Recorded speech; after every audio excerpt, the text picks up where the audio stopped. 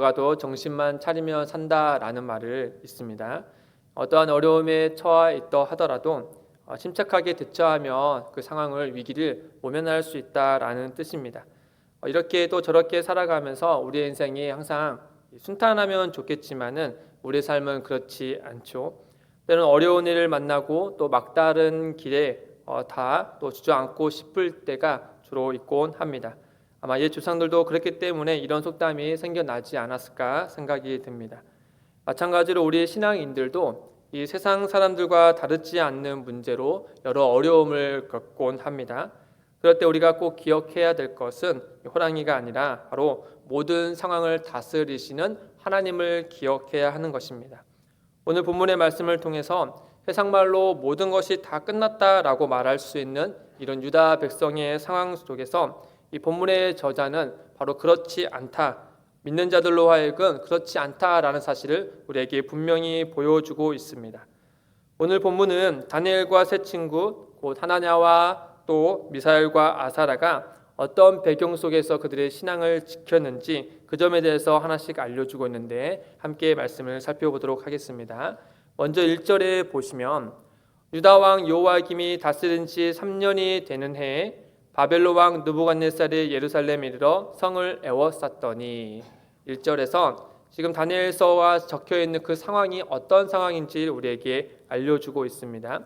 이 바벨론 왕 느부갓네살은 이 크게 세 차례에 걸쳐서 예루살렘을 공격했다라고 합니다. 오늘 본문의 말씀은 아마도 첫 번째 시기인 주전 605년경이 되는 것 같은데 당시 바벨론을 대항하여서 군대를 일으켰던 애굽을 느부갓네살이 대파하고 또 애굽의 손을 의지하려 했던 유다 왕 여호야김은 비참한 최후를 맞이하게 됩니다. 그리고 이때 유다 백성들이 포로로 끌려가게 되는 것이죠. 그때 끌려갔을 때 바로 다니엘과 세 친구도 같이 포로로 잡혀간 것으로 보입니다. 그렇게 해서 주전 586년에 예루살렘에 전부 다 함락되고 또 유다라는 나라는 바벨론에 의해서 역사 속에 사라지고 맙니다. 유다 가운데 유다 나라에 많은 위기가 있었지만 예루살렘에 함락되고 그로 인해서 많은 백성이 이렇게 포로로 잡혀간 것은 매우 충격적이었을 것입니다. 한순간에 모든 것이 다 끝나버린 것이죠. 포로로 끌려간 유다 백성들에게 끝나지 않는 질문이 하나 있었습니다. 바로 무엇이냐? 여호와 하나님은 어디에 계시는가? 우리와 언약을 맺으시고 우리를 끝까지 보필하시고 역사하시는 그 하나님은 정녕 우리를 버리신 건가? 라는 의문이 그들 가운데 끊임없이 되뇌어 있고 또 그 의문의 답을 찾지 못하는 상황 가운데 있었습니다. 물론 유다가 멸망하기 전에 예레미야와 같은 여러 선지자들을 통하여서 하나님은 누누이 그들에게 말씀해 주셨죠. 그들이 다시금 바벨론의 포로로 잡혀갈 것이지만 이후에 다시 회복해 주실 것이다 라는 말씀을 분명히 전했습니다. 그럼에도 불구하고 많은 이들은 예레미야와 같은 선지자의 말을 귀담아 듣지 않았고 또 많은 이들은 이 사실을 알지 못했습니다. 이처럼 1절만 보면 이 겉으로 보기에 세상의 힘으로 또 힘의 원리로 이 바벨론 왕 느부갓네살에 의해서 유다 왕 여호야김이 무너지고 또 그의 힘이 온 세상을 덮은 것처럼 보여집니다.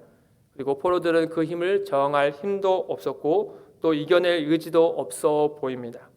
그러나 2절을 보시길 바랍니다. 2절에서 이와 같은 반전이 일어나는데 주께서 유다 왕 여호야김과 하나님의 전 그릇 얼마를 그의 손에 넘기심에 그가 그것을 가지고 신할 땅 자기 신들의 신전에 가져다가 그 신들의 보물 창고에 두었더라.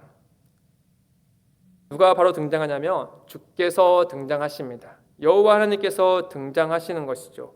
그리고 그분께서 무엇을 하는가 하며 주체적으로 유다 왕 여호야김과 하나님의 전 그릇 얼마를 느부갓네살 손에 넘기셨다라고 말씀해 주고 있습니다.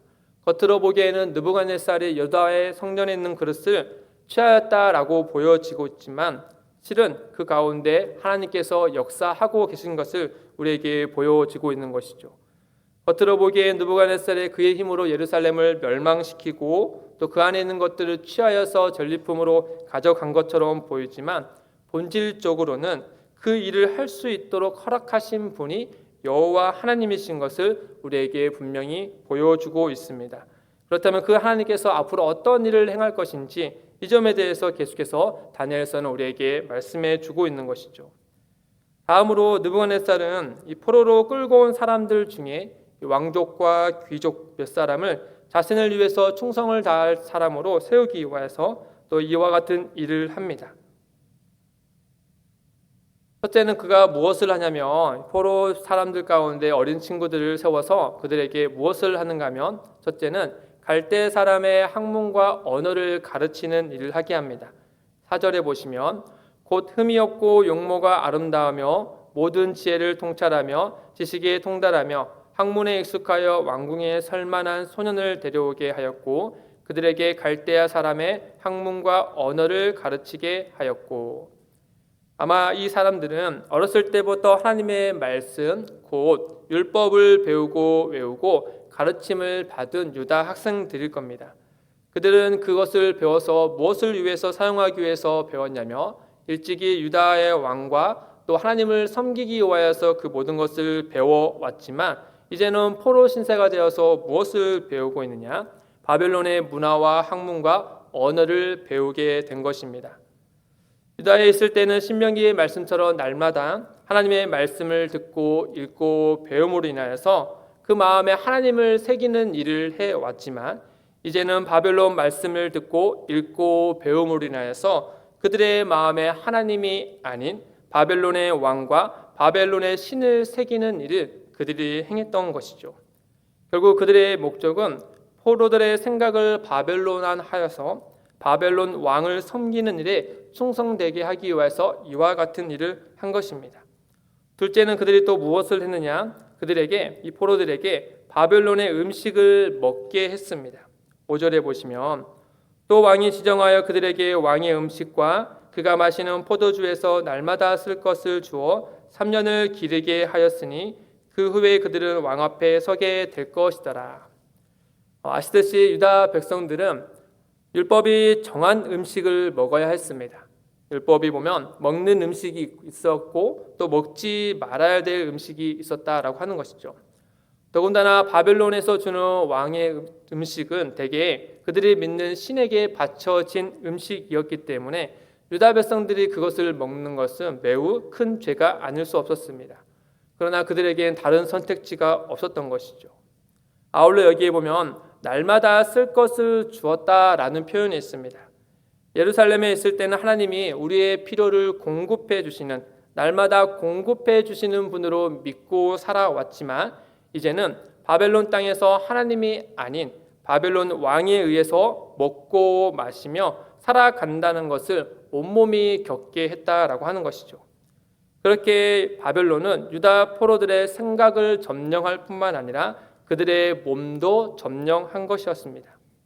마지막으로 그들은 또 무엇을 했느냐? 바로 그들의 이름을 바꾸는 일을 합니다.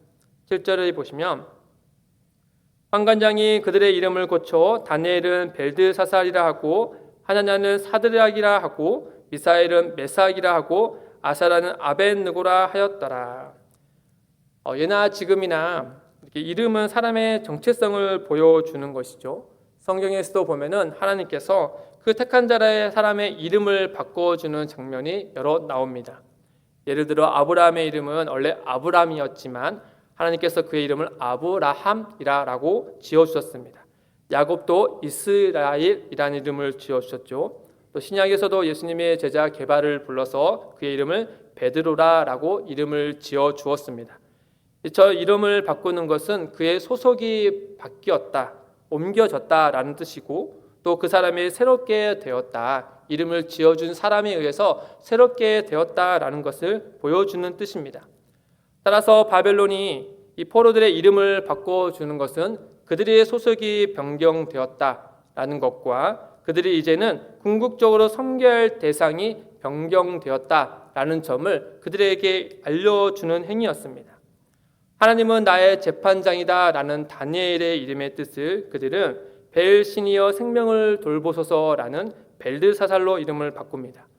여호와는 자비롭다라는 하나냐라는 이름의 뜻을 이제는 그들의 신인 아쿠신의 명령을 듣는 자 사드락이라는 이름을 바꾸었죠. 또 하나님은 누구신가 라는 뜻의 미사엘을 아쿠신과 같은 분은 누구신가 라는 메삭으로 바꾸고, 여호와께서 도우신다 라는 뜻의 아사라를 그들은 느고 신의 종이다 라는 아벤느고 라는 이름으로 바꿉니다. 이처럼 바벨론은 예루살렘을 함락하고 또 사람들의 생각과 몸과 그들의 정체성 전부를 바벨론화하기 위해서 이와 같은 일을 했습니다. 결국 그들의 궁극적인 목적은 바로 무엇이냐? 하나님의 백성들에게서 이제는 하나님을 지우고 그 자리에 바벨론의 신과 바벨론의 왕을 집어넣는 그 일을 행했다라고 하는 것이죠. 이러한 일들은 과거 다니엘과 세 친구와 같은 포로민들에게만 일어난 일은 아닐 것입니다. 오늘날도 세상과 사탄은 우리에게서 하나님을 지우고 그 자리에 사탄과 세상을 집어넣으려고 합니다. 특히 사탄은 우리에게서 하나님을 지우고 또 그 일을 하기 위해서 어떠한 방법을 사용하느냐라는 걸 우리가 유념해야 되는데, 바로 오늘 본문에서 말하는 것 같이 우리의 일상에서 하나님을 서서히 지우는 일을 합니다. 우리가 보고 듣고 읽는 것, 또 먹고 마시는 것, 우리의 일상에서 자주 경험하는 것에서부터 점차 하나님을 불리하게 하고 하나님의 이름을 서서히 지워가는 것이죠. 하나님 없이도 아무렇지 않게 살아가게 할 수 있게 하므로 더 이상 하나님을 찾지 않게 그 일을 하고 있다라는 것입니다. 사랑하는 성도 여러분, 세상은 우리에게 하나님을 지우기 위해서 부지런히 움직이고 있습니다. 반면 우리는 하나님을 기억하기 위해서 얼마나 부지런하게 움직이고 있는지 우리 스스로를 한번 돌아볼 필요가 있어 보입니다. 오늘 우리 하루의 일상을 한번, 또 지난날의 하루의 일상을 한번 돌아보시기를 원합니다. 하루 종일 우리는 무엇을 읽고 또 무엇을 듣고 또 무엇을 먹으면서 살아왔습니까? 우리가 보고 듣고 읽는 것 중에 하나님을 기억할 만한 것은 얼마나 있었습니까? 또 우리가 먹고 마시는 것들 가운데 정말 날마다 하나님께서 우리에게 공급해 주시는 은혜로서 우리가 받고 그 안에 감사하는 마음으로 기도하고 있는지, 또 우리가 살아감에 있어서 정말 하나님이 우리와 함께 하신다는 사실을 우리가 인식하고 또 자각하고 있으면서 살아가고 있는지 우리의 일상을 한번 돌아볼 필요가 있겠죠. 만약 우리가 그렇지 않다면 우리 일상 속에 하나님을 되뇌이는 일들을, 기억하는 일들을 하지 않는다면 세상은 필히 그 틈을 타고 들어와서 우리에게서 하나님을 지우려고 할 것입니다. 우리는 그 일을 막지 않으면 안 되는 것이겠죠. 어떻게 하면 우리는 그와 같은 일을 막을 수 있고 우리의 일상 가운데 하나님을 지키고 또 하나님을 날마다 기억하면서 살아갈 수 있을까? 이 다니엘의 과감한 또 용기 있는 모습을 우리가 한번 보기를 원합니다. 오늘 2절에서 주께서 역사하심으로 라는 말로 반전을 보여준 것처럼 8절에서도 놀라운 반전이 일어납니다. 8절 말씀해 보시면 다니엘은 뜻을 정하여 왕의 음식과 그가 마시는 포도주로 자기를 더럽히지 아니하리라 하고 자기를 더럽히지 아니하도록 환관장에게 구하니. 이 다니엘은 바벨론이 자신을 가르치고 또 먹을 것을 주고 이름을 바꾸는 것을 통하여서 그들이 궁극적으로 무엇을 하려는지를 분명히 알았던 것이었습니다. 그래서 다니엘은 그들을 대항하여서 하나님께 마음을 두고 뜻을 두고 거룩한 용기를 내어서 이와 같이 했다라고 하는 것이죠. 그래서 9절에서 보시면 어떤 결과가 있느냐? 하나님이 다니엘로 하여금 환관장에게 은혜와 긍휼을 얻게 하신지라. 하나님 앞에 뜻을 두고 그 앞에서 나아갔더니 하나님께서 그에게 은혜를 더하여 주셨다라고 하는 것이죠. 더 이상 바벨론에 하나님의 은혜와 긍휼이 없어진 것처럼 보이는데 놀랍게도 바벨론 왕궁 한복판에서 한 어린 소년 위에 하나님의 은혜와 긍휼이 임한 것을 우리에게 보여주고 있습니다. 이 어린 다니엘이 어떻게 이와 같이 용기 있는 행동을 할 수 있었을까? 크게 두 가지로 생각해 볼 수 있는데, 하나는 하나님께서 그 어린 다니엘에게 이와 같은 마음을 주신 것이겠죠. 2절에서 주께서 행하신 것 같다라고 말한 것처럼 바벨론에 유다 백성을 두게 하신 것도 하나님이시고 또 그 성전에 하나님의 성전의 기물을 두게 하신 것도 하나님이시고 그 바벨론의 한복판에 있는 다니엘의 마음 가운데 하나님의 뜻을 두게 하신 것도 하나님이십니다.